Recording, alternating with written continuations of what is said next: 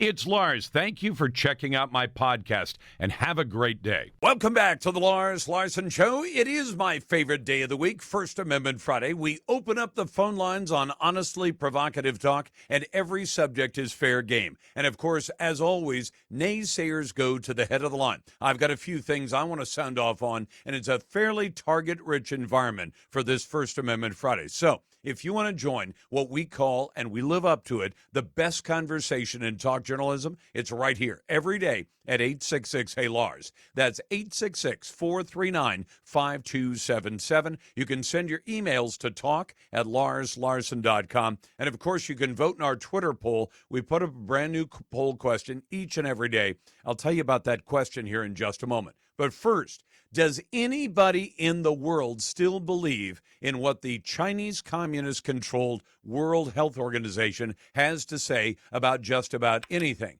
I have to admit to you, and I don't think it's a deficit, I don't believe anything that the WHO has to say. And yet they came out today and they said they will no longer classify the coronavirus pandemic as a public health emergency of international concern. So here we are, more than 3 years into this mess that I believe the WHO helped to create and helped to continue and make worse.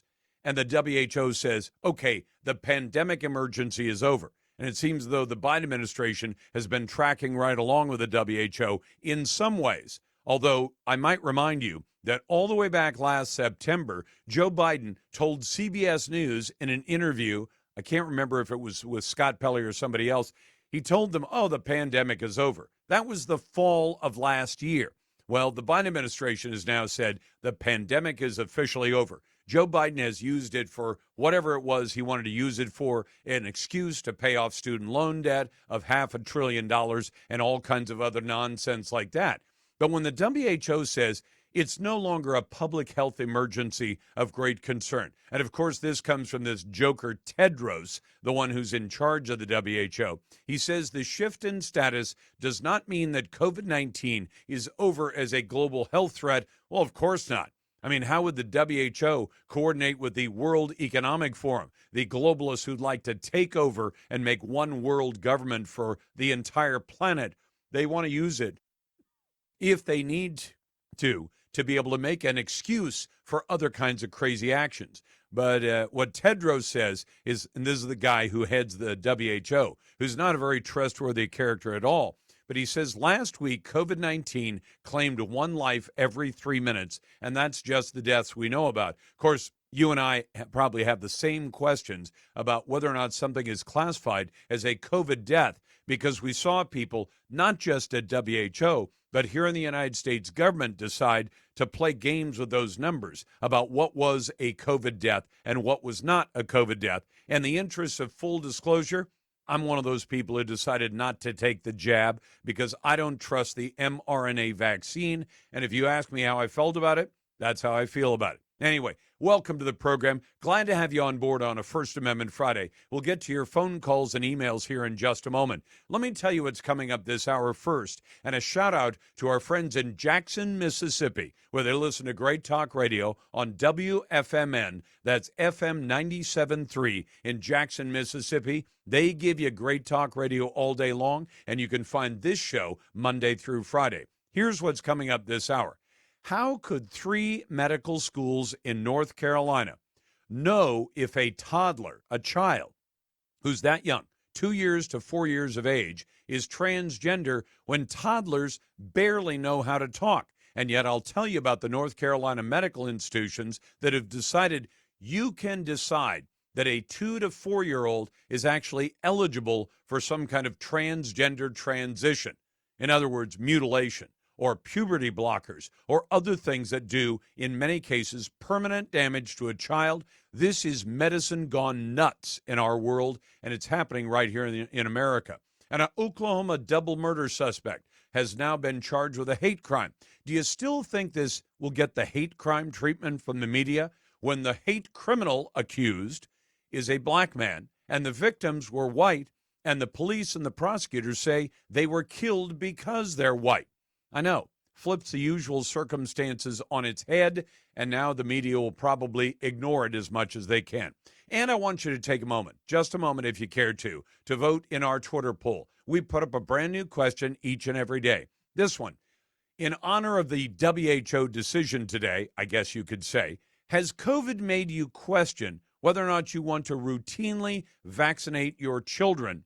Canadian parents, according to the Epoch Times, have now become likely to question routine childhood vaccinations ever since the pandemic. Immunization rates have declined since COVID-19. Research commissioned by the Canadian federal government shows that only 39% of respondents say they accept all recommended childhood vaccines, and they have no doubts or concerns about vaccinating their child. It was as high as 48% back about 6 years ago in 2017. Nearly 20% of parents say they have refused or delayed getting vaccines for their children. Another 3% have refused all vaccines. Those two numbers combined have doubled from 12% in 2017 to about 22% in 2022 last year.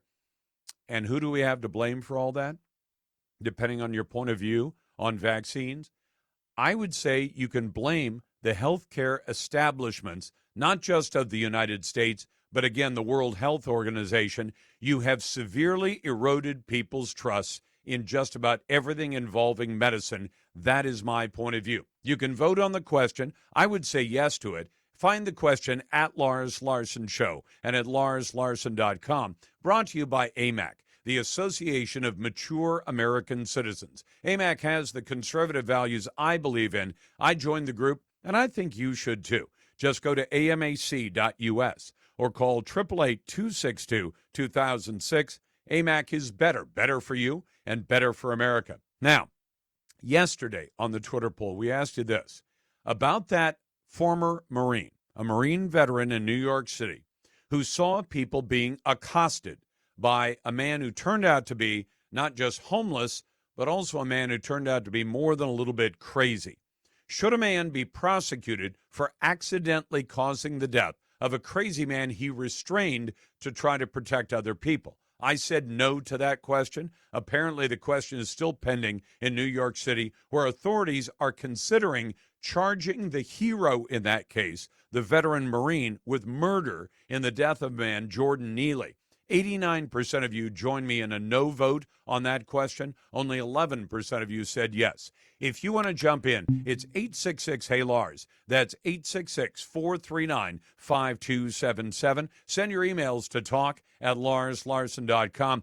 And let me update you on this. Should more states around America follow Montana's lead, Montana's Governor Greg Gianforte has now banned the sale of lease of agricultural land or sale or lease of agricultural land and critical infrastructure and homes near military bases to any foreign adversaries in the state. He signed Senate Bill 203. He did it yesterday afternoon. It goes into effect October 1st of this year. I wish every other state in America would do the same thing. Back on a First Amendment Friday in a moment. Welcome back to the Lars Larson Show. It's a First Amendment Friday. Every subject is fair game. And before I go to calls, if you want to jump in, it's 866-HEY-LARS. That's 866-439-5277. Of course, naysayers always go first. Don't have any of those yet, but those are always fun. But I want to tell you a little weird story from Jacksonville, Florida, because it's one I never thought of as one of the implications of the transgender so-called movement.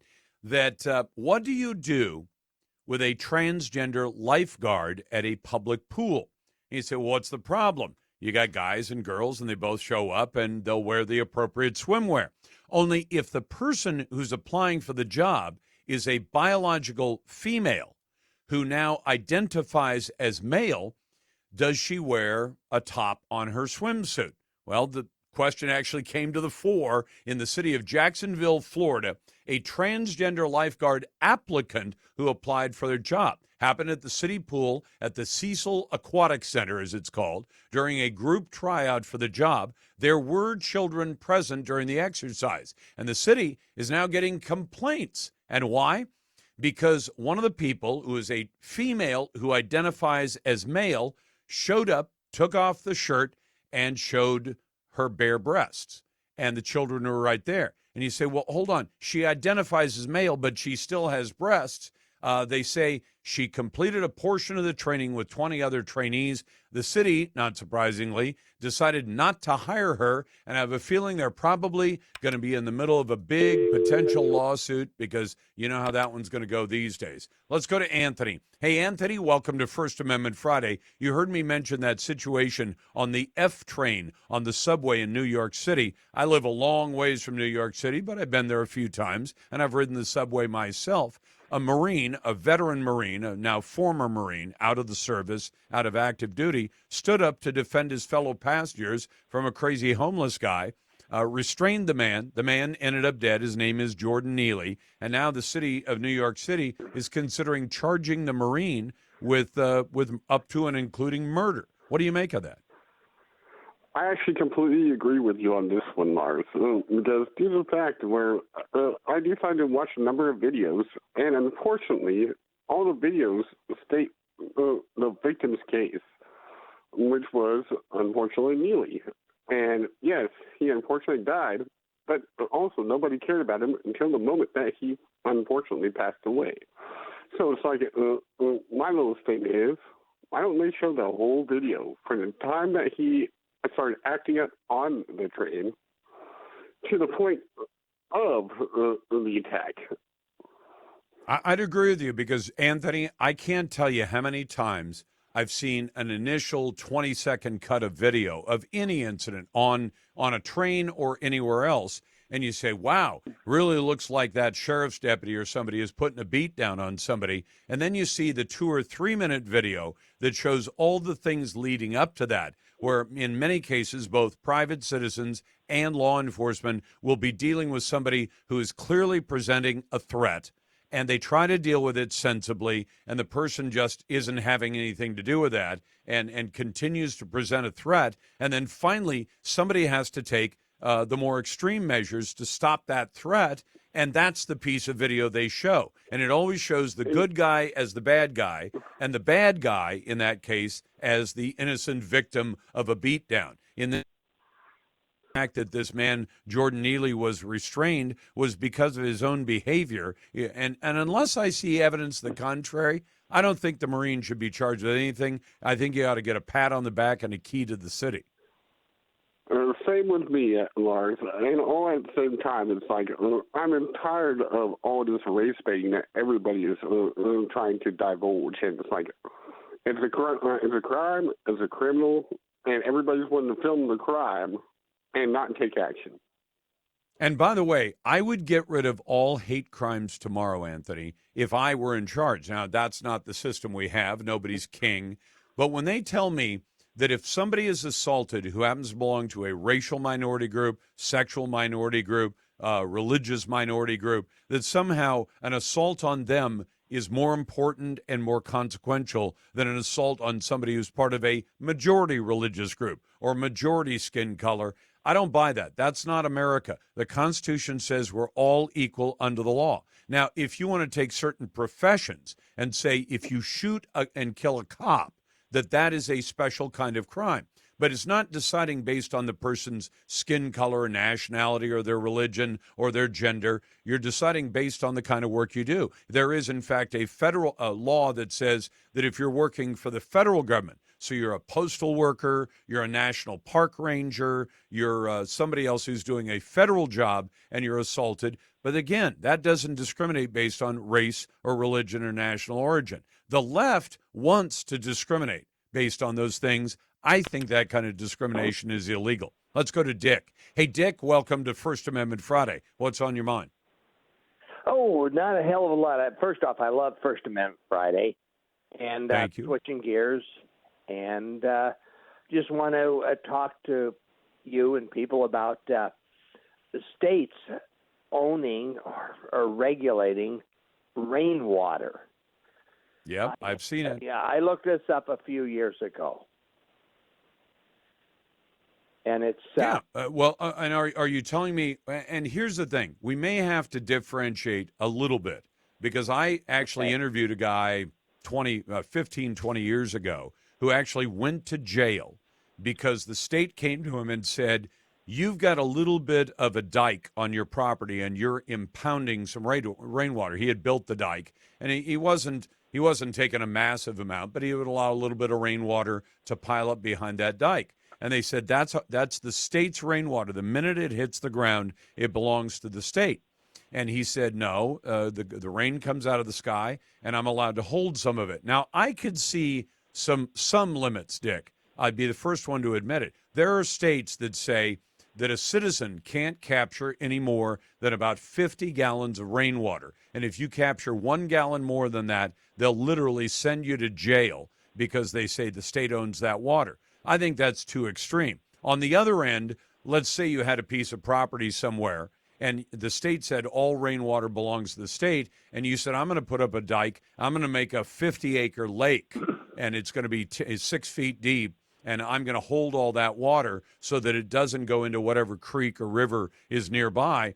I'd say that one might be big enough where if you've intercepted that much water that would ordinarily go into a creek or a river, maybe you've created a problem where you've gone beyond the pale. But literally to have the state say to you, you can only keep 50 gallons of what falls out of the sky is insane. Now, I've given you my point of view. You tell me yours. Okay, different state. Let's go to Alaska. Let's go to Ketchikan. Okay.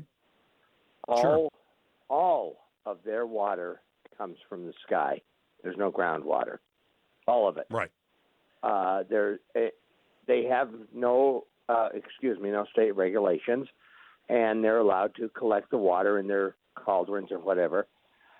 And again, why, only for me, why is that different than me here in Oregon or Washington collecting the same amount and having a cistern or a holding tank in my house? I don't think it should be, Dick. I don't think it should be. And if anything, we have so much rain that falls all over America. I pointed out that back in January, enough rain fell in California that if they had been able to hold on to all of it, let's say theoretically they had enough reservoirs to hold almost all the water, they'd have had the water needs of that state met for literally close to a decade. And you say, well, but they're always complaining about being short of water in California. You say, well, that's because the environmentalists have blocked most efforts to build new reservoirs or impoundments or storage facilities. And there we're talking about hundreds of trillions of gallons of water. So that's one thing, is that capturing that rainwater, you would think all the greenies would approve of that, because if you used rainwater at your home, especially for drinking water, but even for flushing toilets or taking a shower, that's a benefit.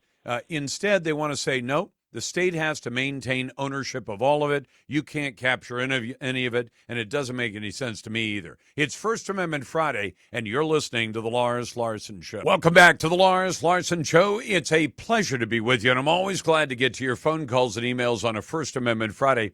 Should a school be responsible for a student's suicide because they failed to tell his parents about bullying? The short answer to that is yes, and I'll tell you why. I believe that when you send your children to school, whether it's a private school, and that was the case in this case, or whether it's a public school, they are, to use that Latin phrase, in loco parentis. They are taking the place of parents. So if a school decides to take on the vast responsibility of being in the care of a child, a human being, and then they know something about what's happening to that child, and they fail to tell his actual parents what's going on. I'll give you the example. It began in January of last year. Robert and Rose Bronstein had a 15-year-old son. He died because of suicide, because they say the Latin School of Chicago told them nothing about what was going on, that he was being bullied by his peers. And they also ignored his complaints when he complained to the school and said, look, I'm being bullied. You got to make this stop. The Bronsteins say, and they're saying this in a lawsuit, that the school never notified them after their son went to school staff with concerns about bullying that he was being subjected to on social media. Now, this only happened about a month before his death. Prior to his suicide, the school's dean of students allegedly contacted the Bronsteins to tell them that Nate had been put on notice for not wearing his COVID mask correctly over his nose. So The school calls up the parents, say, your kid isn't wearing his mask right, which I don't have much respect for that because I think I have my own point of view about whether masks work, and I don't think they make any difference. But prior to his suicide, the school's dean had called to complain about the kid not wearing the mask. The same dean, though, apparently failed to contact the Bronsteins and tell them their son was being bullied at the school. The family has now sued the school for $100 million in damages. They say the school failed to take action, failed to notify them. And that was even though Nate had brought the online harassment to her attention. They had a legal duty to be a mandated reporter because in Illinois, just like in a lot of states, if you're aware of abuse of a child, you are absolutely required to report it to the authorities. And they apparently decided not to do that. They are a mandatory reporter under Illinois state law, and they didn't do their job. So they're going to have to pay. Probably not $100 million, but certainly something. Now, I mentioned at the top of the hour about transgender and about toddlers. And I know if you're thinking to yourself, Lars, a 2 to 4-year-old has no capability whatsoever to decide that they were born in a body of a boy and now they believe they're a girl, or they were born as a girl and they now believe that they're a boy. Well, there are multiple medical schools in the state of North Carolina, according to our friends at Daily Caller, that are reportedly administering sex change treatments to toddlers. The University of North Carolina at Chapel Hill, East Carolina University, and Duke University have all been identified as medical schools that offer transition therapy for toddlers. There was an investigation done. It's called Transgender Toddlers Treated at Duke, UNC, and ECU. It was done by a group called the Education First Alliance. Duke University opened the Child and Adolescent Gender Care Clinic about 8 years ago. And right now, they reportedly treat children as young as 2 years of age for gender dysphoria. How do you figure out a kid doesn't know what gender they are at age 2? The University of North Carolina treats children as young as 3 years of age for that same ailment, gender dysphoria. The university's intake form reportedly claims that the institution provides sex change therapy for minors from age 3 to age 11. This has got to stop, folks. I want to tell you something. There's research, and I know I've heard the complaint from people who say, well, Lars, you don't understand. If children are troubled about being born a boy when they actually identify mentally as a girl, or vice versa, that if we ignore this, they're likely to commit suicide. The sad statement is that there's brand new medical research where they've tracked gender change in places like Great Britain and other places that are culturally similar to the United States. And you know what they've found? They've found that an awful lot of adults, young adults, who've made the transition from boy to girl or girl to boy are still likely to commit suicide. And sadly, some of that research actually shows you may be more likely to commit suicide if you go through gender transition than if you're actually being treated for what, as far as I'm concerned, is a mental health issue. If you were born a boy, you have those chromosomes in your genetic makeup, and you're confused about who you are or how to interact with other people, that's sad. But your mental illness should be treated. It should not be accommodated or, in fact, have the system say, oh, well, we're going to simply agree with you. You really are a girl, and try to make you into something else. In fact, within the last couple of weeks, I've told you about one terribly sad story. And here, I'm going to be as non-graphic as I possibly can. There was a boy who began to be treated for gender dysphoria, they said, when he was in his teens. They gave him puberty blockers. That means that certain parts of his plumbing didn't grow. Okay? I'll make it that way just to keep it family friendly. And then in his early 20s, when he decided that he would change from boy to girl. Now, without going into a lot of graphic details, basically doctors are going to try to create the physical structure, the plumbing structure of a girl out of a boy. And turns out they didn't have enough material, in part because of the puberty blockers this boy had been given when he was a teenager. So, in other words, the doctors made the problem worse with the treatment in his teens. So, when they tried to create this artificially, surgically created girl out of a boy, they had to take part of his intestine to try to simulate the, I guess, the plumbing structures of a girl. Didn't work. He died. Now, consider that. And then think about how much of this experimentation are we going to allow on children? How much mutilation of children? How much chemical castration of young boys? How many double mastectomies are you going to do on girls who say they are something other than what God made them? And I know some of you won't like my point of view on that. You are made in his image. You're a girl. You say, I want to be made into a boy, or vice versa. And you understand that when you look at the studies out of Sweden, out of the UK, out of Germany, out of France, and they've studied some of these people for as long as 30 years. And when you say we're saving their lives, we're helping them to avoid suicide, no, you're not. You're accommodating their mental illness. And sadly, in some cases, that actually increases the likelihood that they will commit suicide.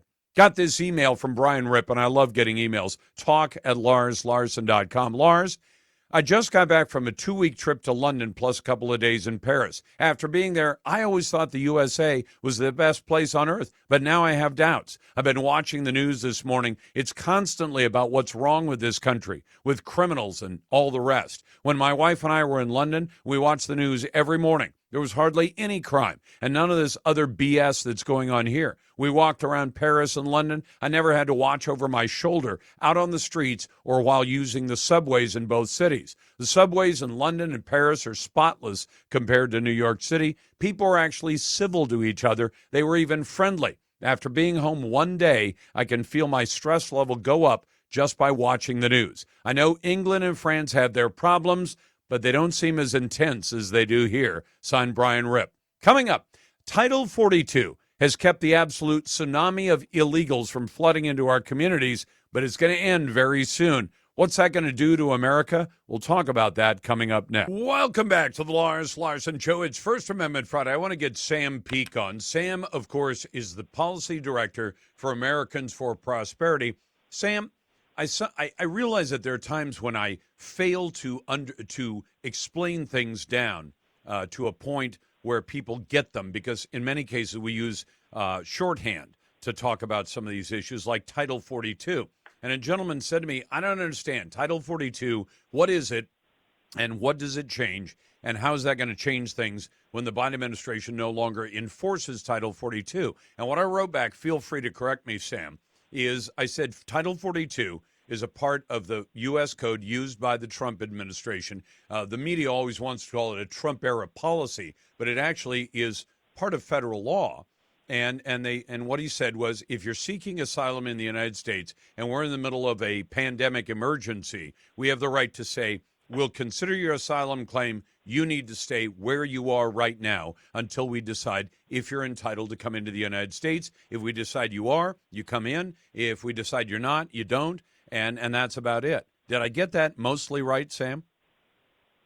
First of all, thanks for having me, Lars. You bet.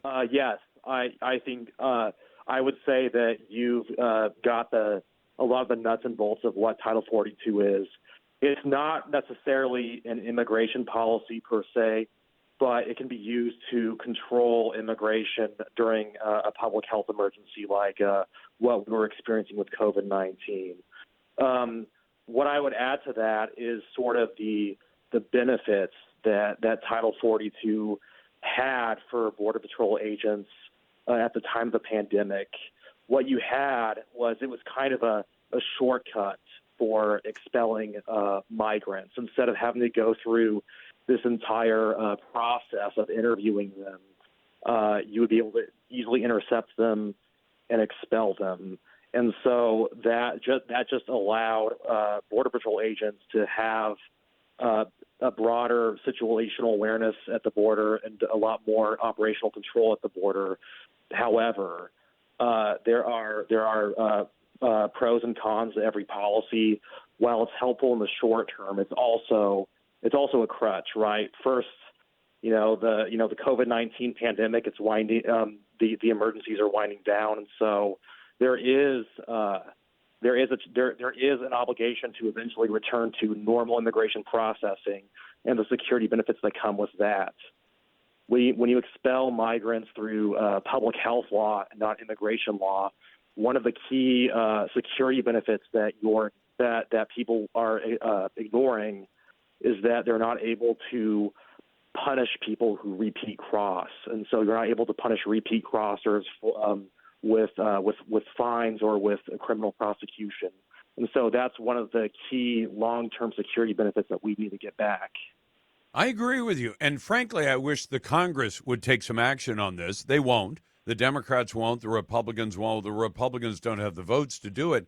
But if I understand correctly, I guess part of my irritation from this is that the media wants to just say, well, this is something invented by Donald Trump. No, it was in the law. It's there because if you got an emergency going on, you can use it. And I agree, it's a crutch. But on the other hand, would it make any sense to go the other direction, which it sounds like is where we're going to be? People are going to show up at the border. They should show up at a border crossing and go through a process. But they know if they do, say, I want to claim asylum, let me into the country, and I'll wait in your country for months or years while you determine, in most cases, my claim for asylum does not meet the legal definition, and you aren't going to let me stay. But if you let me go into America and I flee to a sanctuary state or a sanctuary city, you're never going to find me again. Or when you do, I'll say, well, I've been living here 10 years. I've got a wife and kids and all that, and you can't very well kick me out. That's effectively, they're trying to present America with a fait accompli. I got in through a loophole. I claimed asylum. I knew I didn't actually merit asylum. And when I've been here for a few years, you're not going to kick me out. That sounds like gaming the system, doesn't it? That's right. You have two ways to go about this. One is rely on this crutch for a little bit longer. It's not an ideal situation, and there are problems with that. The other solution is that you prepare for an end to Title 42 by actually getting rid of the bad incentives of our asylum system, which are that backlogs that allow people to wait in the United States while their asylum claim is pending, right? And, our asylum system is not meant for people to come here and work, it's not meant to file weak asylum claims.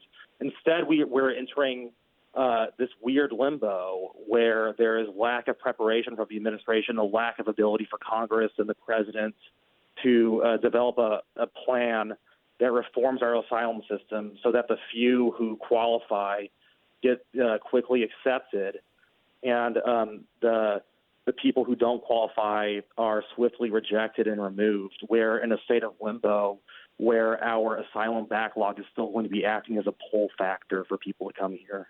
Well, because they know that when the system's overwhelmed, they'll say, effectively CBP and others will say, okay, we're going to let you go, show up for court in 6 months. But we all know that the court date may not be 6 months, maybe it's 2 or 3 years from now. And we know they're going to disappear and never show up again in most cases. I think in 90+% of the cases, if I remember the numbers right. So effectively, you're in. And once you're in, there's no getting rid of you. And this is even though you've come in I guess, Sam, I always try for a simple metaphor. If I wanted to go to a concert, but I didn't have the money to go to the concert, and I said, but I know I can sneak in the back door, and there's a rule that says if I'm in the venue for 15 minutes before they find me, when they find me, they can't kick me out. How many people would sneak into concerts in a case like that? Here it is. Get into America. Tell them you're there for asylum. You know you don't qualify. But after you've been there for a few years, removing you is going to become incredibly problematic. So you're in, and you got in illicitly, right? Ultimately, I think it's a problem with this administration and less so with a lot of these migrants. Migrants come in here. They're often fed bad information by cartels. They come in here, and the Biden administration does not give them a notice to appear in court, which is a device is a tool that allows them to be followed and monitored. Instead, they have to wait for a notice to appear, and they're not being monitored while they're waiting. We've got a lot of authority. We have a lot of DHS personnel that could be able to issue those notices to appear, so we can we have a process for tracking them and having them show up to court. So we're in this horrible situation where we're not holding people who are applying for asylum to our obligations of protecting the ones who qualify. We're not keeping track of anybody, and we're not having our border secure. Absolutely. That's Sam Peake, the policy director at Americans for Prosperity. I want you to think about this, folks. If the Biden administration has lost track of 85,000 children, how can it possibly track millions of illegal aliens? Welcome back to the Lars Larson Show. First Amendment Friday being my favorite day of the week. And why? Because we open up the phone lines and every subject is fair game. Like our Twitter poll today, and I'll get to our naysayer here in a moment. Has COVID made you question routinely vaccinating your children? I would answer that one yes. It turns out that in Canada, there's been a sharp drop in the number of parents who just routinely go along with the program and have their kids get all the vaccinations. And why? Because people now distrust the medical establishment and, of course, the government medical conglomeration, whatever you want to call it. Has COVID made you question routinely vaccinating your kids? You can answer the Twitter poll at Lars Larson Show and at larslarson.com. Brought to you by AMAC, the Association of Mature American Citizens. AMAC has the conservative values I believe in. I joined the group. You should too. Just go to amac.us or call 888-262-2006. AMAC is better. Better for you and better for America. Now, I'm going to get, as I said, we'll get to the naysayer here in a moment. But yesterday's Twitter poll had to do exactly with that subject. Should a man be prosecuted for accidentally causing the death of a crazy man that he restrained? In New York City, it sounds as though this case with the as yet unnamed veteran Marine who stood up and did the right thing. He was on a subway train. There was a man who turns out to be both, number one, homeless, number two, mentally ill, number three, has a rap sheet and was wanted on a warrant, if that gives you a picture. This man begins accosting people and throwing garbage at them and harassing them and really threatening them.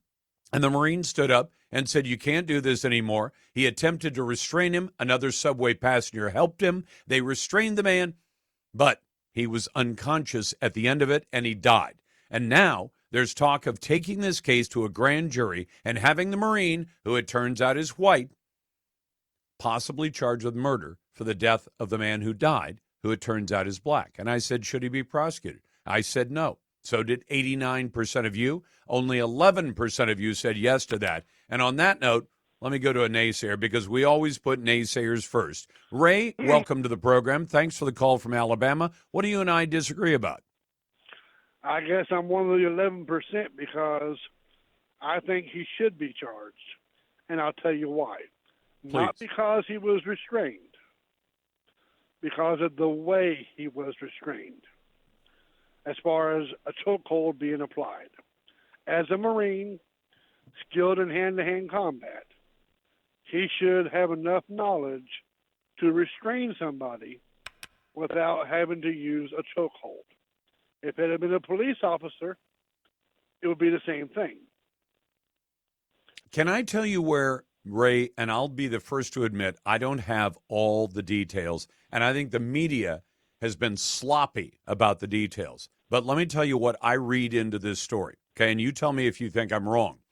I covered a case involving the police putting a restraint on a man probably 30 years ago, and there were people who sloppily called it a chokehold. Well, there are a couple of kinds of chokeholds. One is an arm bar where you put your forearm across somebody's neck. It usually can often end up breaking the hyoid bone in their neck. It can crush their voice box. It can lead to their death very quickly. There's another kind of hold that the police always called a sleeper hold. And what it meant, I've described it this way. If you're a man, if you put your Adam's apple in the crook of somebody's elbow, and then you squeeze the arm around their neck so that your forearm squeezes the left side of their neck and your bicep squeezes the right side of their neck, it puts pressure on the carotid artery and it makes people go to sleep fairly quickly. It turns out that what it looks like is this Marine put that kind of hold, which if the reporters who look, I was a reporter for more than 20 years in radio and TV. I think it's incredible that you're in the word business and they get sloppy about what words you use. And I could apply this in 100 different cases where I watch a news story and they say he was in a choke hold. Well, what does that mean? Was he trying to squeeze his carotid artery, make him go to sleep for a moment, and then, but oftentimes those sleeper holds, the person who goes to sleep never wakes up. So I'm not sure the media has been very precise. I hope the grand jury hears something precise, because I think the Marine did what he had to do to restrain this man, and I don't think he put him in an arm bar. There's no indication that the man's hyoid bone, the bone in your neck, was broken, nor was his voice box crushed, but he did squeeze the man's carotid. And so the question is, what could he have done instead? And Ray, all of us sitting here in the calm light of day can say, well, he should have done this and he should have done that. You're in the moment situation. Should he have restrained the man?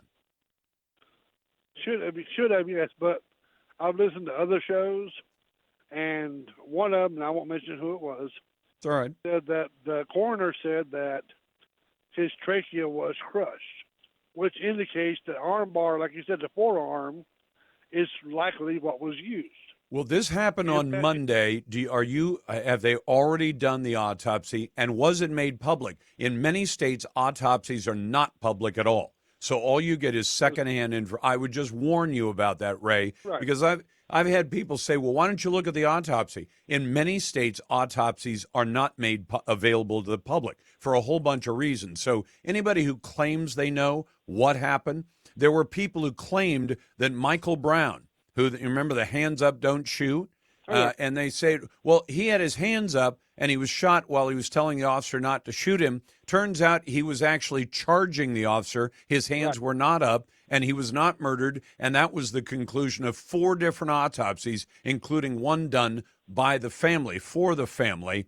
And yet for the first few months, all you heard was that man had his hands up when the police shot him. And the coroner said, as near as you can tell from where the bullets entered and all that, Michael Brown did not have his hands up. He was, in fact, charging the officer. And all the facts got completely screwed up at the beginning by the media to fulfill basically a narrative, to tell the story that Black Lives Matter wanted told. So be aware of that. But like I said, at the end of the day, he's a Marine. He should know how to restrain somebody without using, I don't want to use the word deadly force, but excessive force. But Ray, I got to tell you something. Especially if there's 2 of them that are doing it. Well, he's the first guy who got in. The other pastor helped, and I don't know if he helped by holding down the man's legs or what, but every police officer would like to take every suspect into custody without injuring themselves or the officer. Of course. How often do you suppose suspects are inadvertently injured while they're being taken into custody because of the suspect's actions? More times than you can count. Right. Now, I'm not saying that he needs to be charged with murder. Well, what would you charge him with then? I don't really know. You're going to put him on trial. Well, negligent homicide? Would you charge him with assault? Assault, no. Negligent homicide, yes. I don't know what other thing there is. I mean, you're a good naysayer, Ray, and unfortunately, I'm up against the break. Coming up in a moment, we got to talk about gender reassignment surgery with our pop culture guy, and that's Kristen Toto. Welcome back to the Lars Larson Show. It's a pleasure to be with you, and always a pleasure to welcome back our friend Kristen Toto, the host of the Hollywood in Toto podcast. And he's taken on one that is likely to get him a lot of brickbats, but that's okay. I'm on his side on this one. Kristen, welcome back. Well, thanks for having me back. We've ended up talking a lot about gender reassignment surgery for a whole bunch of reasons. Number one, it's one of the biggest issues in the country. Number two, there are a bunch of states that have said, we're going to make it illegal and a felony. We have other states saying, oh, no, we're going to pay for it with taxpayer dollars, and you can do it as young as you want. I told my audience that 3 university medical centers in North Carolina are actually proposing, not just proposing, they're doing gender treatment on toddlers, 2 to 4-year-olds, which I find just absolutely horrific, because if we're unsure of a 12 or 14 or 16-year-old's ability to make life-changing decisions about their gender, about surgery, about puberty blockers, about what really amounts to chemical castration or double mastectomies for teenage girls, and just, horrible things, how in the world does a toddler get this treatment done to them by a society that seems to have turned sicker every day? With that introduction, I love the piece that you wrote about Dee Snider. Would you explain how Dee Snider might actually make opposing gender reassignment surgery cool? Yeah. Oh, man. Yeah, I share your trepidation on the subject. And, I don't think any subject should be off limits in a sense. Maybe there's a couple I'm not thinking off the top of my head, but we should be able to discuss these things. These things matter. But what Dee Snider basically did was agree with KISS's Paul Stanley. Paul Stanley came out and was against this gender reassignment surgery for kids. When I say that, though, his comments about it were very sobering, very smart, very thoughtful. But he took a stand. And then Dee Snider said, yeah, I agree with him, in part because when I was a teenager, I felt pretty at times. And, of course, you know him from Twisted Sister, Yep. wearing a lot of outrageous makeup and outfits and things. And maybe that was just part of his youth. He was rebellious. He was trying different things out. But what he's saying is, I didn't want to change my gender. I was just exploring. And if my parents had changed me permanently, then I would have certainly regretted it. And I think that's the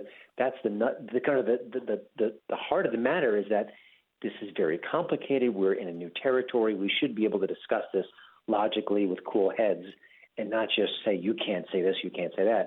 Ironically, Paul Stanley backpedaled on Twitter just recently. But I think Dee Snider, who lost a gig at a pride parade, ironically enough, is holding his ground as of now, but that may change as well. Well, and what's crazy about this is, we heard a lot of follow the science over the last 3 years, but there's new science coming out of Western Europe, which was tracking a little ahead of the United States in terms of gender reassignment and all that. And they've now said, oh, no, we're backpedaling as fast as we can.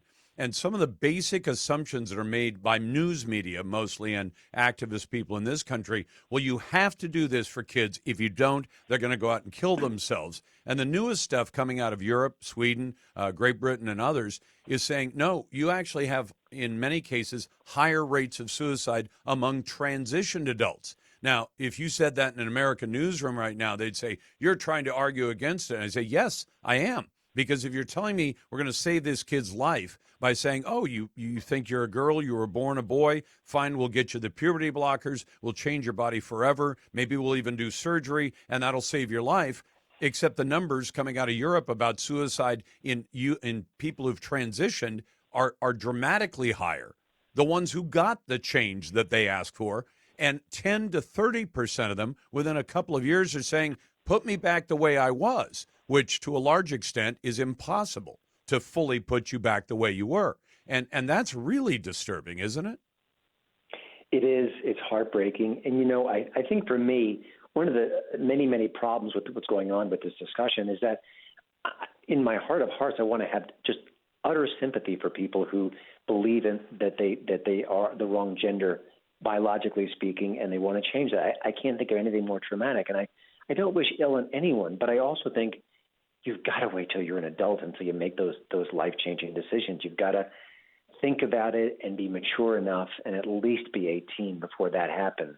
I don't think that's a crazy, irrational comment. And if you want to live as another gender and you're okay with it and your parents are okay with it and no one's hiding the information, then maybe that's the way to go for now until we figure things out. This is all fairly new. Not that, trans people aren't new. This has been around for quite some time. But this chapter of this discussion, of this biology, of this surgical transformation is fairly new, especially with the kids. Pump the brakes, please. And why can't we talk about it? And why would a news organization go into a tizzy? And you're right, they would, if you wanted to share information that cut across that narrative. It's the truth. It's a research study. Let's share it. Why do we have to hide it? Well, and one of those studies, by the way, has tracked transgender people with a cohort, as the scientists say, of people who are cisgendered, like, people like you and me. I don't want to say normal. That'll get me in big trouble. But They said we tracked transgender versus people who didn't go transgender, same age, same, group and all that, and say we're going to compare, these two groups. And they said, well, over 30 years they've done it. And you say, these are some real, this is real information.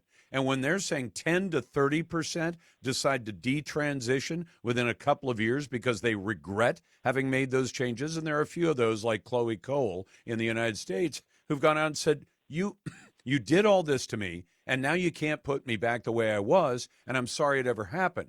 The other one that, Christian, most recently I've shared with people, and I've tried to be careful on the radio about how I say this. Well, let's put it this way. A boy, born a boy, who believed he was a girl, was given puberty blockers so things didn't develop. And then in his early adult years said, I want you to turn me into a girl. And they attempted to do that. And to put it delicately, they didn't have the material to make the girl parts out of what had grown in the boy parts because of the puberty blockers. So because of the very treatment they supposedly got, which sounds more like Dr. Frankenstein treatment in his teens, they didn't have the stuff to make him the way he wanted to be. And you know what? He died. The surgery failed and he died. Not necessarily on the table, but he died later because they tried to make parts of him that he'd never had out of part of his intestine. I mean, this is the level of sort of horror show that we're getting to. This isn't just saying, oh, he wants to wear a dress or panties. Fine. Who cares? Whatever floats his boat. If he's an adult, go ahead and do it. But it's that horrific. And now to find out that UNC and Duke are literally doing gender treatment on 2 to 4-year-old toddlers is insane, in my view. Yeah, I happily go there with that age group for sure. And by the way, I think all of this, in a way, is doing a terrible disservice to adults who are trans who have found happiness and with their change, because I think this is stirring up a lot of anger toward that community, which is often being very pugilistic and sometimes violent in their response to critics. And I think people who otherwise might have a lot of empathy for trans people now think, oh, I'm sick of all this and it's being forced on me and my kids are being groomed and things like that. Whether you agree or disagree with that, I just think it's bad for the society that we're going in this direction. I think it's creating less empathy and less consideration instead of more, which is where we always should be going. Well, I'll tell you what, Christian, I'm talking to Christian Toto. You can find him at the Hollywood and Toto podcast. I have more sympathy for the people, the people who are advocating for this, fine. Then get there with adults. Get there as technology makes things possible. And if you're doing it as an adult, I don't care how many piercings or how many gauges you've got or how much skin gets tattooed. That's all on you. If you want to do that, go ahead. Pay for it with your own money. Don't tell me it's a medical issue and the rest of us have to pay for it. But this idea that they're becoming militant about it and that some trans are ending up turning into killers like the one in Nashville and the rest of us, I don't see anybody among conservatives who are saying we're going to go out and hurt people to stop this from happening. Find him at the Hollywood and Toto podcast. He is Christian Toto. And Christian, we appreciate your time. You're listening to the Lars Larson Show. I'm going to talk to Matt Gaetz coming up next. Welcome back to the Lars Larson Show. It's a pleasure to be with you on a First Amendment Friday. Let me ask you this question, and I think it's a reasonable one, although for those of you who voted for slow Joe Biden, you might take offense at the way I put this. But why is Biden hiding the body count at the border? And if you say, what body count? You've been watching too much CNN and probably Fox as well, because they've sold out as well. There's a body count at the border. And you say, oh, no. Aren't all the people illegally coming into America at Joe's invitation? Aren't they just showing up with fresh, scrubbed faces and clean clothes and all that? No, they're not. I mean, the news media shows you lots and lots of pictures, happy little family pictures of illegal alien mommies and daddies and children. Although there's a dirty little secret there. Some of those kids aren't their kids. They're merely being trafficked across the border for all kinds of disgusting things, too painful to even talk about on the radio. Things that are criminal, things that are disgusting, involving trafficking, involving pornography, involving prostitution. Yeah, that kind of ugly.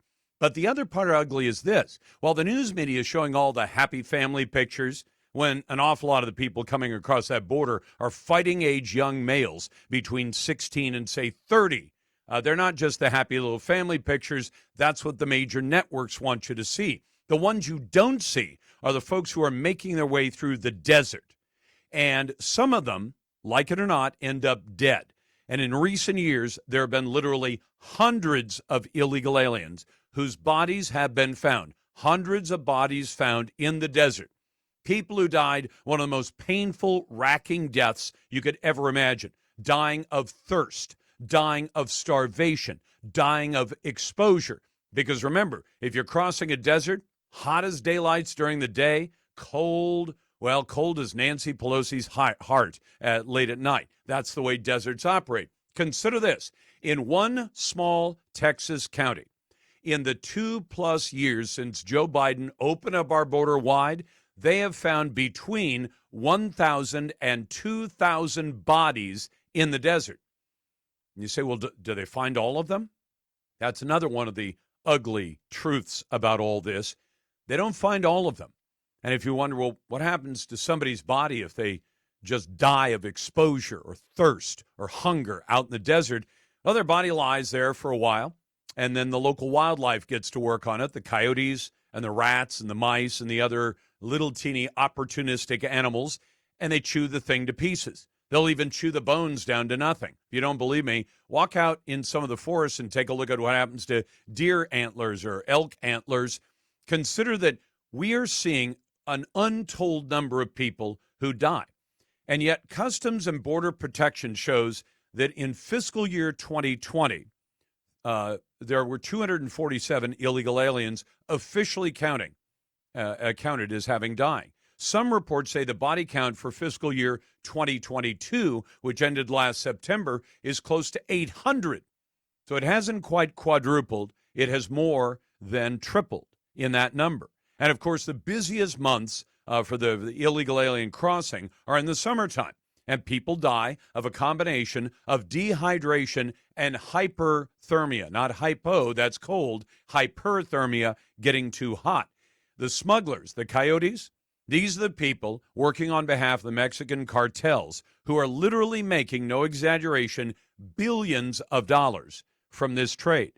If they have an illegal alien in a group of illegals and they suddenly come up lame or they fall down because they don't have enough water, they're not strong enough to make the crossing, do you think these coyotes say, oh, out of an abundance of sympathy, we're going to stay behind and care for this person? No, they keep on going. They got money to make. Water is scarce, easy to get lost, and Joe Biden doesn't really seem to care that some of these people are dying. I mean, his own government admitted under oath to the U.S. Congress that 85,000 kids have come into America, been separated from the parents or at least the adults they were traveling with, whether they were really parents or just trafficking the kids. And those 85,000, the Biden administration representatives before the Congress had to admit under oath, we don't know where they are. They've been turned over to somebody who claimed that they would care for the child. Maybe they really were going to do that. Maybe instead what they were going to do is traffic them for prostitution, for pornography, for abuse or whatever. But Joe Biden, the same Joe Biden who screamed and yelled on the debate stage in 2019 and 2020 about how Donald Trump was putting kids in cages, and then Donald Trump had to remind Joe Biden that those cages were actually created by the Obama-Biden administration, and the number of them during Trump was brought down dramatically because Donald Trump managed to safeguard the border well enough to keep most of the illegal aliens out and to send the message, don't come here, you're not going to get across the border. Was there still illegal alien entry to the United States during Trump? Yes. Nobody is going to be able to bring it to flat zero. But Donald Trump brought about some of the lowest illegal entry numbers in American history, modern American history. Now, so what does that mean now? It means that Joe Biden's Customs and Border Protection or Border Patrol are simply hiding the numbers. And for instance, there are some great quotes that come in from some of the officials on the border. There's a sheriff named Urbino, or he's known as Benny Martinez. And what did he find? In 2021, in one county in Texas, 119 bodies found on ranch lands. In 2020, there were only, the year before, there were only 34 bodies found. So the number of bodies very nearly quadrupled. And Martinez, by the way, Sheriff Martinez of Urbino County, Sheriff Urbinez of, Taylor County? No, Brooks County. He is a Democrat, registered as a Democrat. And what his estimate is that every time they find a body, another 5 to 10 bodies are never found, are never recovered. Now, that's in a county of just 7,000 people. By the end of Biden's 4 years, Brooks County will literally have more bodies than it does breathing residents. And because of Joe Biden's policy toward the border, he wants to let people in. And if you think it's bad now, imagine what it's going to be after Title 42 ends. And I've had so many emails from people saying, I don't understand this Title 42 stuff. Donald Trump used already existing federal law. He didn't have to have the Congress pass any laws because the Congress wasn't inclined to cooperate with Donald Trump either. Not the Republican Congress of Paul Ryan, not the Democrat Congress of Nancy Pelosi. But Donald Trump took care of this problem as best it could be. Joe Biden has decided to invite people in right and left. And then, for instance, Brooks County Sheriff's Deputy Don White volunteers his time outside of work time to find the dead and the injured. And he says most often he finds men who are between 19 and 40 years old. They're from Mexico, Guatemala, Honduras, and El Salvador. And he says only 30% of the time the bodies have any kind of identification because sometimes the coyotes, when they lose one of their group, or the group member can't continue, they strip them of anything that's valuable, and then they go on their happy way. It's a really ugly picture. The blood of all those people is on the hands of Joe Biden, and we should ask him about it if he ever holds another press conference. You're listening to the Lars Larson Show and the Radio Northwest Network. Welcome back to the Lars Larson Show. It's a pleasure to be with you. I have to confess my dog in the fight on this one. Do I own guns? Yes. Do I have carry permits for Oregon and Washington? Yes, I do. I have little plastic cards in my wallet from Oregon and from the state of Washington that say I have the right as a citizen to carry a concealed weapon.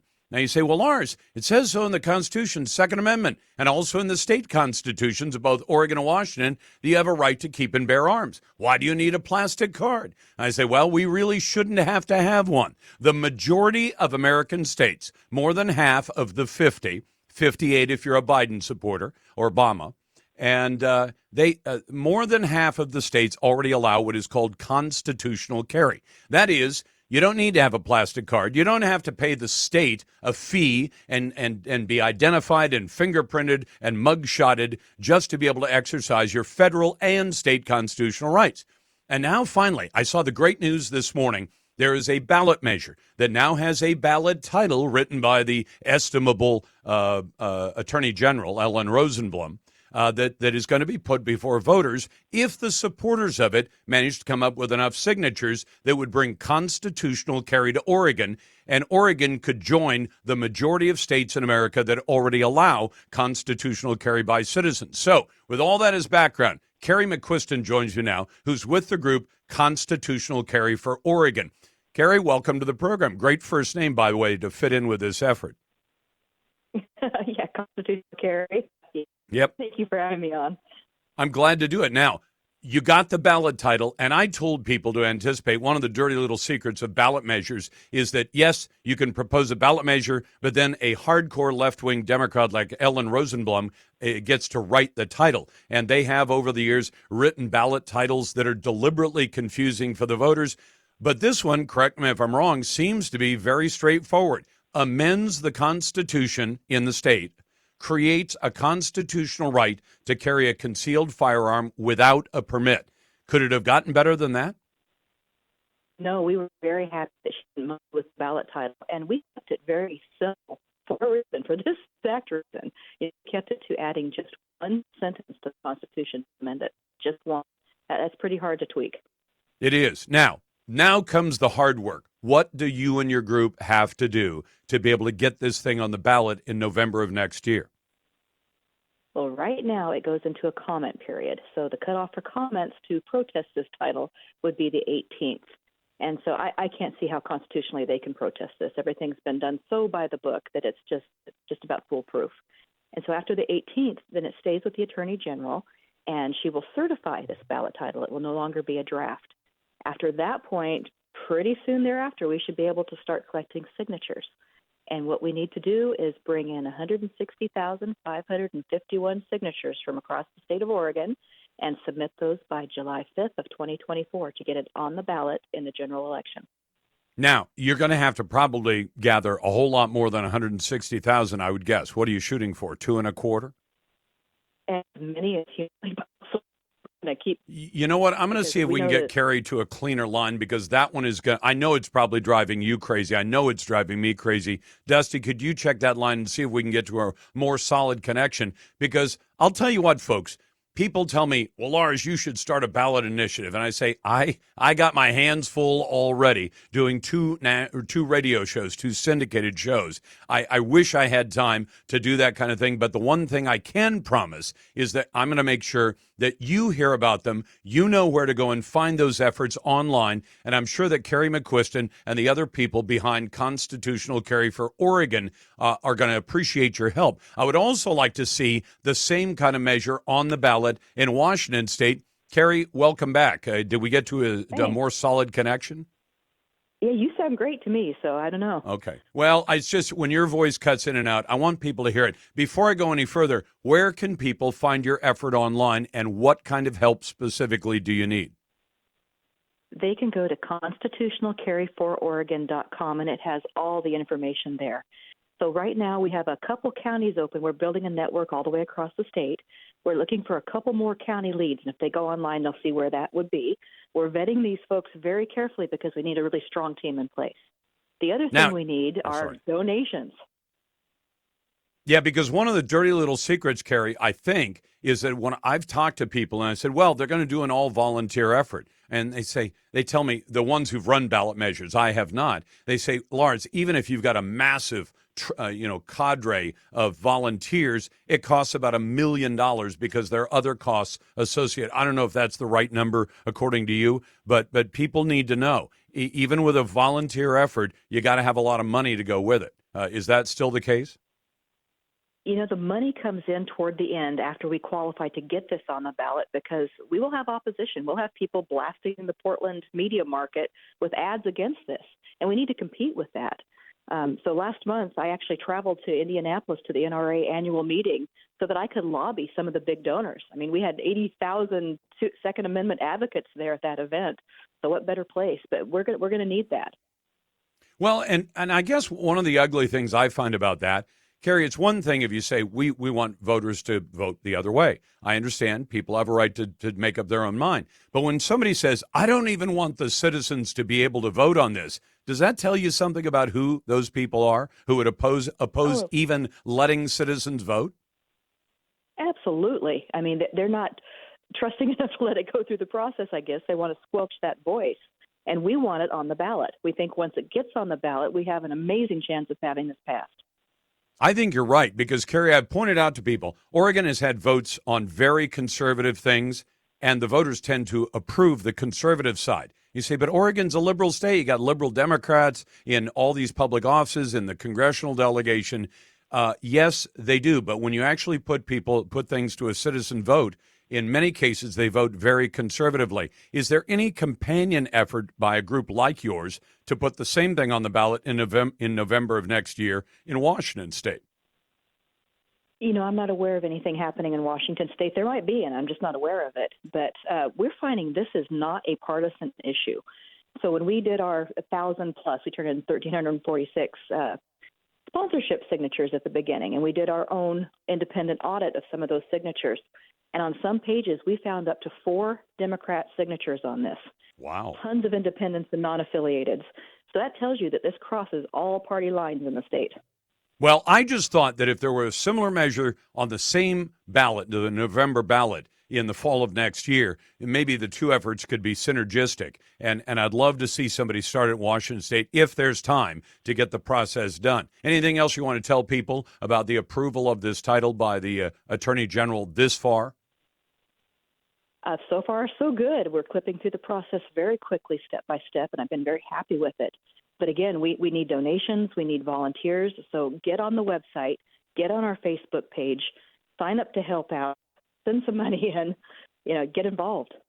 Carrie, thank you very much. That's Carrie McQuiston, who's with a group called Constitutional Carry for Oregon. We're going to track the progress of this. And again, if somebody in Washington State wants to say the legislature has done great damage to citizens and their constitutional rights, both state and federal, let's do the same thing in Washington State. I'll give you the same attention. You're listening to First Amendment Friday on the Lars Larson Show. Welcome back to the Lars Larson Show, and welcome to my favorite day of the week. It's First Amendment Friday. We open up the phone lines, and every subject is fair game. And let me get you started with one question for you. Are we all being fed a scientific line of baloney so that children can be mutilated without their parents' knowledge or consent and at public expense, even when the science says it's a really crazy, stupid idea and does not stop suicide? Just consider that for a moment. But first, welcome to the Lars Larson Show. Glad to get your phone calls, especially on a First Amendment Friday. 866-HEY-LARS. And if you're a naysayer, we'll put you right to the head of the line at 866-439-5277. Send your emails to talk@larslarson.com. And I'll get to the Twitter poll question just a little bit later. That one's a fun one as well. But let me line it out this way, because I did get an email yesterday from a young lady who said, Lars, why are you talking about kids and transgender when you could, she literally asked, when you could be talking about the weather or something else? And I wrote back to her. She didn't like it, the fact that I write short answers, because I get about 800 to 1,000 emails every day. And she said, well, that's not complete. I said, listen, which one do you think is more important? The potential surgical and chemical mutilation of children or talking about the weather? I'm going to go with danger to children and not the weather. That's my personal choice. But let me put it to you this way. You practically can't turn on the news today or any time in the last 6 months and probably for the next several years without hearing about transgender as an issue. Number one, there are some states that are simply saying you mutilate kids with surgery or hormone blockers, puberty blockers, whatever it is. If you mutilate kids, you're committing a felony crime. I think that fits right in with the Hippocratic Oath, which a lot of doctors seem to have forgotten. First, do no harm. In other words, docs, if you've decided to put chemicals in a little boy so that he can never be a dad, if you've decided to cut the breasts off teenage girls because they say at 14 with their vast maturity that they don't want to be girls anymore, they want to be made into a boy, you're doing harm. At least that's my point of view. And as I said, naysayers are welcome. If I got a call from a doctor, say one of the doctors that works at one of the major gender clinics, well, then I'd be glad to take their objection to that line of thinking, as long as they bring a few facts with them. But let me point out, number one, transgender is in the news. Some states are banning it as a mutilation crime of children.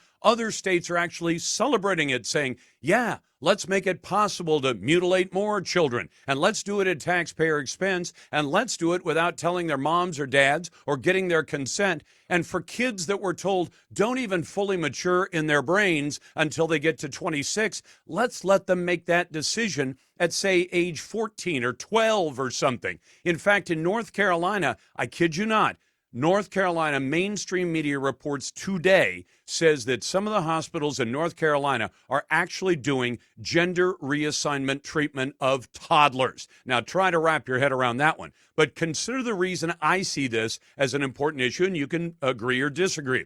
It is in the news. It is politically popular or politically very unpopular, usually depending on your politics. It is extraordinarily lucrative, and I mean, they're making big bank on this. I'll give you the details on that in a moment. And it is subject to crazy new laws that in some cases say that a school district or a social worker can tell your child, your boy or girl, we will do these things to you. We will not tell your parents. We will not ask your parents. And then somebody tell me that that's right. Now, I hope in this segment to answer these questions. Number one, Why is so-called gender-affirming care so popular and such a moneymaker? Number two, why are we doing it? We're being told that, well, we're helping kids avoid suicide, but if you don't transition them to a different gender, they'll commit suicide. Number three, does the science back up the idea that gender surgery, hormones, and puberty blockers actually help with the suicide problem? Or is it possible, and there's new research that says it does actually hurt and make suicide more likely rather than less likely? And number four, is America doing right by gender-confused young people and children, or is it actually hurting them? First of all, I want to talk about the money. How much is so-called sex reassignment surgery worth? Well, as of 2021, it was worth just a bit short of $2 billion a year to America's not-so-trustworthy healthcare industry. They are now projecting that to grow at more than 11% a year all the way from today to 2030. So get that. $2 billion right now. It'll grow 10% or 11% this year, next year, the year after that, all the way to 2030. This is a massive mound of money, and it seems that a lot of American hospitals want to cash in. And what are the biggest gender hospitals in America? Cleveland Clinic, Boston Medical Center, and Mount Sinai in New York, and of course, the politically correct folks at Oregon Health and Science University in Portlandia. Now, is America doing the same as all the other countries? Because a lot of times people make an argument for something and they'll say, well, everybody else is doing it this way, we'll do it that way. My friend Wesley Smith, who writes for the Discovery Center and the Center on Human Exceptionalism out of Seattle, points out countries like Great Britain, Sweden, France, and Finland, which, as he says, are not exactly Bible Belt nations, have disembarked from the gender-affirming train. And why? Because according to those nations' respective health authorities, the scientific data do not unequivocally support the so-called gender-affirming approach, which is gender incongruence in youth, and then giving them puberty blockers and surgeries. They've now concluded in those countries it may do more harm than good. In Sweden, they have just updated their guidelines and they reject the idea of a blanket approach of gender-affirming care. And by the way, a brand new study, again cited by my friend Wesley Smith out of Seattle, an important peer-reviewed analysis of 93 different studies about the effects of transitioning in both adults and in youth. It was done by two majors, Professor of Psychiatry Stephen Levine and E. Abruzzi, who's a scholar for the Society of Evidence-Based Gender Medicine. What do they find out? Long-term data do not show that hormonal and surgical transitions resulted in lasting mental health care improvements, and some evidence suggests it even the possibility of treatment-associated harms, meaning you give the treatment to the kids and they actually have a higher result, in fact, of suicide. In Sweden, they did a 30-year study that compared non-transgender kids to transgender kids. Here's what they found. They found sharply elevated rates of suicide among transitioned adults, 19 times higher. So you say, well, we have to give them this treatment because if we don't, they'll commit suicide. Turns out it actually can increase the rate of suicide. So what's the bottom line? Hospitals make literally billions of dollars. Mutilating children and adults may not cut suicide and might even increase suicide. You can't put people back the way they were, and 10 to 30% of the people in Great Britain are deciding to try to transition back. And when you go to the doctor and say, Doc, make me back the way I was, good luck with that. It's First Amendment Friday. Your calls are welcome at 866-HEY-LARS. That's 866-439-5277. Send your emails to talk@larslarson.com. Coming up on the Radio Northwest Network, Governor Tina Kotek is trying to hide criminal acts by the now former Secretary of State. Welcome back to the Lars Larson Show. It's a pleasure to be with you. Aaron Mesh is with me, news editor of Willamette Week. He's got a tight schedule, a lot of things to get done. 5 more minutes, Aaron. Tell me this. The reason I'm suspicious and the reason I started with, has Shemia Fagan broken the law? Not just ethics laws, but perhaps criminal laws as well. We talked to our favorite local former DA a little while ago, and he said he believes that she has crossed the line on a number of things that are criminal. And yet the governor says about Shemia Fagan taking $10,000 a year as a side gig, and then you mentioning the $30,000 for any news stores out of state, that she's being bought and paid for. And if there is any criminal violation, I'm not saying there is, but it sounds like there could be, but the governor assigns it to the attorney general. The attorney general has no power for original criminal jurisdiction unless she's invited in by a county DA. And that's the only time she would have any say-so. So the governor wants to hand this off to somebody who has no power to charge a crime. Well, I mean, I'm a little speechless because I'm not a lawyer, right? So Josh is, I'm not either. And he can speak to criminal matters. I'm mostly here to tell you about the things that we do know so far.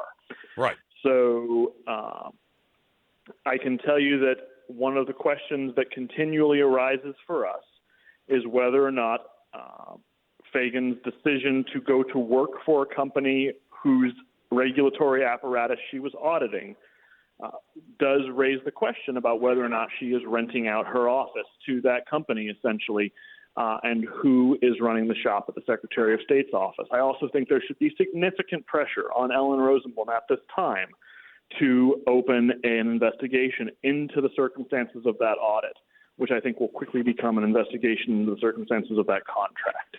But the question of who has jurisdiction over any potential criminal investigation, I'd be getting ahead of myself there. Well, and I understand that, but here's why I think it's significant, Aaron. The governor could say to Ellen Rosenblum, the attorney general, open an investigation. But since she has no power to prosecute, to bring criminal charges, unless she's invited, let's say, by the DA of Marion County, she doesn't have any authority, then you're handing it to somebody. It'd be like handing it to me and say, Lars, what do you think? Oh, I think she broke the law. Okay, but you don't have any power to charge anything, so you're able to just wash it away. In a few months, a report will come out, no charges will be brought. If a special prosecutor is named, or if it's handed to the Marion County DA's office saying, you handle this thing, you have criminal jurisdiction, then there's that possibility. I think the governor, and this is where it's significant, the governor is trying to wash away any chance of criminal charges. She's handing it to one of the few officials in the state. You know, all the DAs can bring charges. There are 36 of those, but they can't. But Ellen Rosenblum can't bring criminal charges, period. So if that's the case, you're handing it to somebody knowing you can't get criminal charges out of it, right? Well, if you're correct, that certainly seems like it's not a good decision on her part. Sorry, if I feel like I'm dodging this, I'm really not. No, I'm not. I don't think you are. I genuinely don't know the answer to whether or not the AG can bring a criminal investigation. It sounds like Josh is saying that she cannot, in which case it makes sense to me that she shouldn't be in charge of the investigation at all, which would be fine by me. My suspicion. We're talking about things that are a little bit outside of my bailiwick. I get that, but we've got to get somebody to answer that who is, let's say, a legal expert. Say, in Oregon, as I understand it, if a DA wants to bring charges, he can take it to a grand jury and bring charges. If he wants the AG to come in and act in his stead, then they get original criminal jurisdiction, is the way I understand the language is. Otherwise, the AG can look at it and say, yeah, she did some bad stuff. But that's it. That's where it ends, because it's not going to somebody who can bring charges. It'd be like saying, hey, Lars, write Lars a parking ticket, and you're telling somebody who works in the Portland Parks Department, they say, we don't have any authority to give tickets. Yeah, you take a look at it, and even if you come to the conclusion Lars parked illegally, they can't write a ticket. I think that's what Tina Kotek and Shemia Fagan are endeavoring to do by handing it off to the one person who can't bring criminal charges. Well, I would say that it is in the interest of the people of Oregon to make sure that whoever is handling this investigation is someone who can handle the broadest possible scope, because we really don't know how deep this goes. No, we don't. Aaron, I thank you for the time. I know your time is pressed, but congrats to you and the staff, and keep breaking out the new ones, because it seems that the Daily Dead Fish Wrapper is drafting a long ways behind you. Well, it's all credit to Sophie Peel. She's an amazing reporter. Absolutely. That is Aaron Mesh, the news editor at Willamette Week. You can find the story at wweek.com. Don's on the line. Hey, Don, welcome to the Lars Larson Show on a Monday. What's on your mind? Thank you, sir, and thanks to the crew there for the great on hold music. Outstanding stuff. That HR House Bill 3501 They're having a hearing on May the 4th at 8 a.m. at the state capitol in, I believe it's House Room F at the state capitol. Okay. Public hearing. That's all. And this is the one where the homeless can camp on public property, and if they're not happy with the treatment they get from the local authorities, they can sue for $1,000. They can sue the individual, and then they would also get a citation by the state or the city. Wonderful. That's crazy. Let's go to Gabriella. Hey, Gabriella, welcome to the Radio Northwest Network. What's on your mind? Hi, I was calling you regarding because I heard you are talking about the IRS. Yep. Well, I wanted to let you know the IRS, well, first of all, my husband was in the military for 20 years. He passed away, so I am receiving his retirement. So This weekend, I noticed I have substantially less what I'm supposed to be getting. So I got on the website, and I noticed the federal tax was substantially larger than what they did before. I called this morning. I was told hour and a half on the line, but it's okay. So I was told in April, the federal government went through and adjusted the accounts of the right, what they think it's a right, federal withholding. If I do want to make any changes, I need to fill out something called a W-4P. Okay. However, and I can get that on the website. Okay, but Gabriella, I need, because we're going to run out of time, what's your question for me? Should the IRS be changing? The question is, it's not really a question. It's a statement of the President Biden said that nobody's going to be paying more taxes or taking and everything out under, $400,000. No way. And I am making, anything like that, not even anyway. What I'm trying to say is now, since they had adjusted this thing up, you cannot even make any adjustment until May the 9th, because I'm sure I'm not the only one who received this.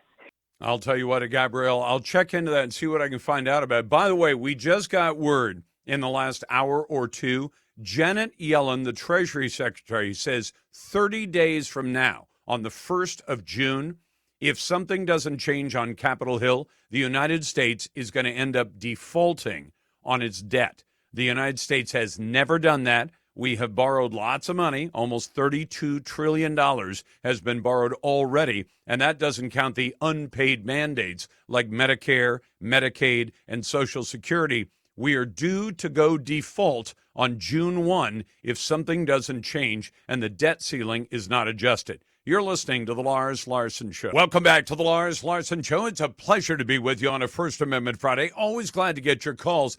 It's a little bit tough to track what's exactly going on in Ukraine, which is kind of amazing considering that the United States is invested to the tune of about at least $200 billion that we have committed to, not all of that spent yet, and huge amounts of materials that we have shipped over to Ukraine for its defense. So with that going on, we have the assassination accusation of Vladimir Putin, who says that a drone attack on one of those big domes at the Kremlin, he's blaming it on Ukraine. There are others who say, no, it was something cooked up by Russia. Hard to tell what the truth is there. I thought we'd talk to Michael Bernstam, our friend at the Hoover Institution at Stanford, who's got expertise in international economics, the former Soviet Union, now Russia, and Russian politics as well. Michael, welcome back. Oh, thank you. Thank you for hearing me. So let's start with the assassination. Was this something cooked up by Russia? Was it an actual attempt by Ukraine? And if it was Ukraine, did they have our help? And what exactly was meant by having a relatively small drone explosion in a very, very visible spot in the Kremlin where they were sure that it would be captured on video, and then a big deal was made of it nationwide? What should we make of that first? Oh, you've said it all. It was a very small drone, and it couldn't have been an assassination attempt. And we can ask a simple question: cui bono, as ancient Romans taught us. Who benefits? The Ukrainians are not benefiting from this because this is an escalation for the war, and the Russians responded with deadly barrage of missiles against their cities. The Russian government does not benefit definitely because it's an embarrassment, it's a shame. The people see that there is no civil defense, there is no air defense, there is nothing. So they accused not the Ukraine, they accused also the United States government. They said it was the United States that sends those things there. And of course the United States makes no sense.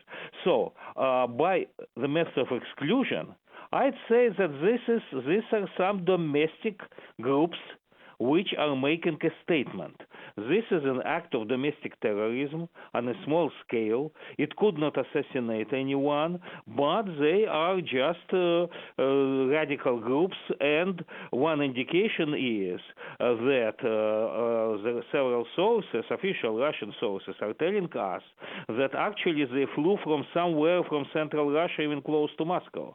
Now these things are sold. There is a huge market there. People own dozens or hundreds of those, and they can do it, and so the government bans them. They are now banned in many provinces of Russia, and especially around Moscow. So what were they trying to get at? I mean, if nobody knows, nobody's publicly taking credit for it, and it was small enough that even that explosion up in that very visible spot on top of one of those onion domes, while visible, was clearly not going to kill anybody, nor do I think that Putin actually spends the night in the Kremlin, although maybe he does.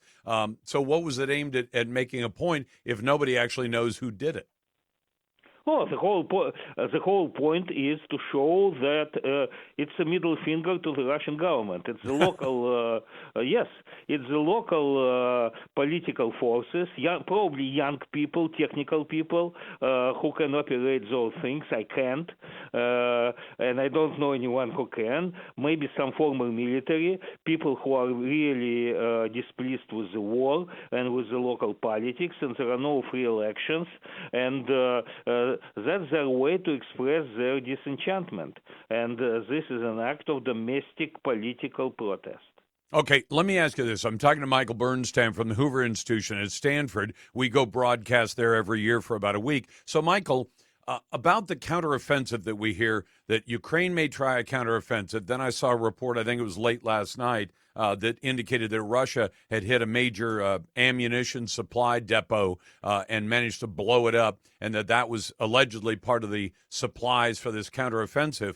Where does this whole thing stand, and where is it going, more importantly?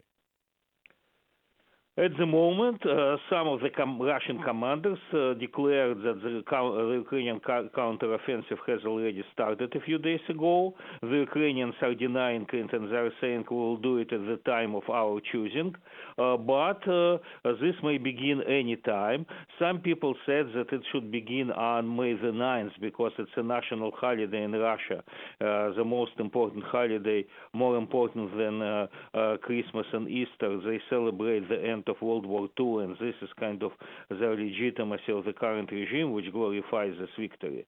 So, and the most important thing is that they have really one fighting detachment, which is very, very strong, at exactly the same area where the counteroffensive should start. And that detachment said, these are mercenaries. This is a kind of a private army. This is not even part of the regular army. But they were the only ones who were fighting successfully. And they said they withdraw. And they're not saying they're retreating. Said we didn't have enough ammunition from the government. And on the May the 10th, we withdraw and we go back into Russia. So generally, it's all for grabs there. Now, when Russia first went in, there were people who said, look, it's a big, powerful country. They'll be able to make short work of Ukraine. It didn't happen. And then we saw, well, the Ukrainians will push back. They'll be able to push Russia out. It sounds like we're more at a stalemate at this point. Is that close to an honest assessment of where we stand right now? Well, it's a complete stalemate, and the Russians hasn't gained any square kilometer or square mile in months. They're fighting for all tiny towns, 70,000 people. In the town used to be before the war. Now maybe a few hundred left. And they've been fighting for it since October for more than half a year. And they're fighting, this is like World War I really. And we are more than 100 years after World War I, after the Great War. And they're fighting, it's a trench warfare, they're fighting for a few square feet of this land. And that's where it's going to go. When does all this come to an end? And as long as we're willing to supply Ukraine, is there any incentive for either side to settle? Well, there is no. They both said they cannot settle. The Russians are saying that they cannot settle until their territories that they've annexed will be recognized as part of Russia, and not just by Ukraine, but by United States and other Western countries. And this is impossible because this gives a blank check for them, a blank check to go into Baltic states and other places. It's dangerous. And the Ukrainians are saying they will not settle until their territorial integrity is preserved. And by the way, even the Chinese now support them. Now even the Chinese are saying that the territorial integrity of Ukraine has to be preserved. And of course, the Chinese have their own agenda that ties into Taiwan, because China will make the argument that Taiwan is part of mainland China's territorial integrity. And if you give it to Ukraine, then you've got to give it to us as well, right? Precisely. That's their motivation. That's why they're doing it in their own self-interest. And of course, Ukraine's going to want Crimea back too, right? Ukraine is a bit ambiguous about that. Of course, in every bargaining, kind of they ask for more. And now they're saying that they will liberate Crimea. But they can settle to the borders without Crimea. But at the moment, no one is interested to settle. Everyone expects to win. Wonderful. And Americans get to keep shipping hundreds of billions of dollars and lots of bombs and bullets over to Ukraine. And it could spill over at any time, and we could have a major worldwide conflagration with the United States and Russia and China. And, of course, China's just biding their time till they get the opportunity to take Taiwan. Sounds wonderful. Joe Biden has been, I guess, a great commander-in-chief then. That's Michael Bernstam, who's a research fellow at the Hoover Institution at Stanford. Michael, thanks very much. Professor, have a great weekend. Back in a moment. We'll get to your calls. 866-HEY-LARS. It's First Amendment Friday on the Lars Larson Show and the Radio Northwest Network. Welcome back to the Lars Larson Show. Is Joe Biden trying to kill sport hunting in America? I think he is. I'll give you the specifics in a moment. First, welcome to the Lars Larson Show on a First Amendment Friday. Glad to take your phone calls and your emails at 866-HEY-LARS. That's 866-439-5277. And if you're a naysayer, we'll put you right to the head of the line at 866-439-5277. You can send emails to talk@larslarson.com. And, of course, you can vote in our Twitter poll. We put up a brand new question of the day every day. We try to write it right out of the news of the day, so the question is fresh and timely. But let me tell you what Biden is doing right now. I mean, while he's in the process of destroying just about everything else about America that is good, he's going to make people buy electric cars even if they don't want to. He's going to make people give up their natural gas stoves and furnaces and water heaters even if they don't want to. He's already done a pretty darn good job of wrecking the economy. He's spending us into debt at a rate that is absolutely stratospheric. Imagine this, trillions of dollars in new debt and flushing money into an economy under some kind of crazy economic theory, not seeming to understand that the more money you flush into an economy by government spending and government borrowing, the more inflation you drive. So he somehow claims that you can solve inflation if you simply pump enough money borrowed from everybody else in the world into the economy. It makes no sense. But while he's doing all of that, consider what he's doing to hunting. There are brand new Biden administration regulations that would expand areas by millions of acres where you can use lead ammunition and fishing tackle.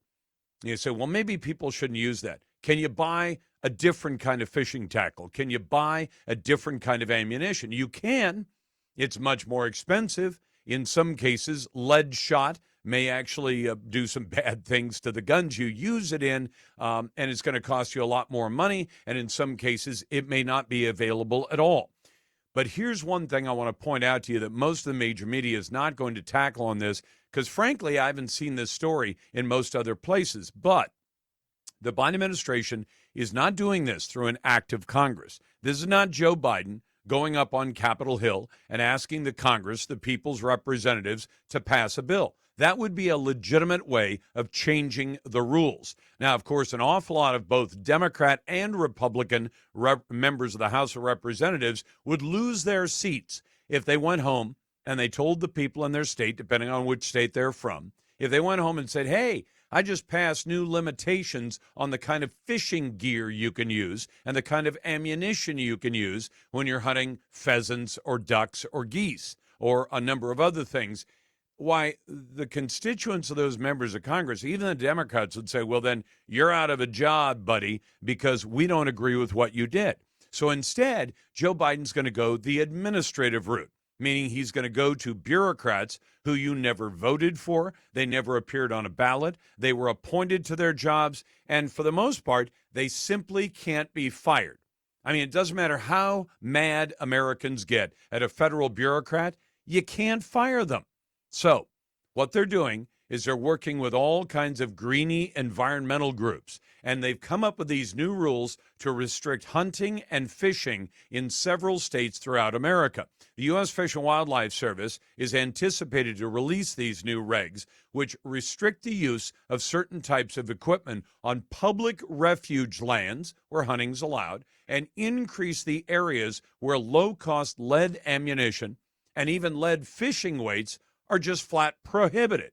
Now, the reports quote Luke Hilgeman, who is the executive director of the International Order of Theodore Roosevelt. It's a leading initiative to place constitutional amendments on the ballot to guarantee the right to fish and hunt nationwide. That's what the International Order of Teddy Roosevelt says.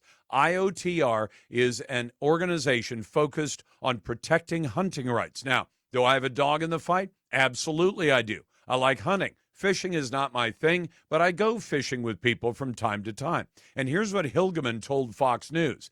What we see here with the rule coming out of the Biden administration has the potential, depending on how it's written, and they haven't released it yet, to close millions of acres of public lands that were opened up to hunting and fishing under Donald Trump. Now, I've had people call me up and say, well, Trump only cared about himself. Really? Well, Trump's sons are involved in hunting, but I don't think he did it for that. He did it to open up opportunities for American people. So Trump opens up millions of acres of lands to hunting and fishing, which Americans want to do. And Joe Biden is going to close those very same lands to the Americans who want to do it. And here's what Hilgeman says. They're doing this basically by banning the most common forms of hunting cartridges that most people buy off the shelf and requiring that no lead cartridges could be used on any federal lands. Let me point out to you, because Donald Trump's wealth is frequently cited, and so is the wealth of his two sons and his various family members. Do you think that Eric and Don Jr. have any trouble affording any kind of hunting gear that they want to buy? I would guess, I don't know them personally, I've talked to both of them a couple of times on the show, but I'm willing to bet that that Donald Trump Jr. and Eric Trump can afford any kind of shotgun they want. They can afford any kind of ammunition they want. They can afford any kind of fishing gear they want to buy. It's not a problem for them. So Donald Trump didn't do this. If anything, banning them, as Joe Biden is proposing to do, to say, let's take all the gear that most Americans use and simply make it illegal to use it on millions of acres of land. The move by Biden actually benefits Trump Jr. And Eric Trump more than Donald Trump does. When Donald Trump did this, he was allowing people onto these public lands who are average folks who buy their shotgun shells at the big box store. That actually is a detriment to the hunting activities of Eric Trump and Donald Trump Jr. Well, locking all those Americans out, as Joe Biden proposes to do, is actually a benefit to them. They could say, hey, thanks, Dad, or thanks, Joe, You just locked a whole bunch of people out of the places we'd like to hunt and fish. So in a weird way, what Biden is doing actually hurts or helps the sons of Donald Trump. So it's not that. This is Joe Biden, who doesn't give a damn what the average person wants to do. And here's another important that if you say to yourself, Lars, I don't care about hunting and fishing, I don't do it. That's okay. It's your choice. But I want you to consider this. If you care about pro-wildlife activities, do you know what funds an awful lot of those pro-wildlife activities? Fish and game management, enforcement of anti-poaching laws, and all that. Who pays for that? The people who go hunting and fishing do. There are specific taxes, especially on ammunition, that are paid into a big fund, and that is what funds an awful lot of activity that preserves wildlife. And I'll point this out. It's not just true in the United States, but it's true everywhere else on the planet. When you have managed hunting and fishing, and you have strong wildlife and game laws and enforcement of those laws, wildlife prospers. When you say, oh, well, we don't have any money to do that, so nobody's going to do it, you get Kenya. Kenya, a country that used to be full of wildlife and wild game and isn't any longer because they view wild game as a problem. They don't view it as something that generates income for that country. So Kenya doesn't have much wildlife anymore. That's the mistake America doesn't want to make. You're listening to the Lars Larson Show and the Radio Northwest Network.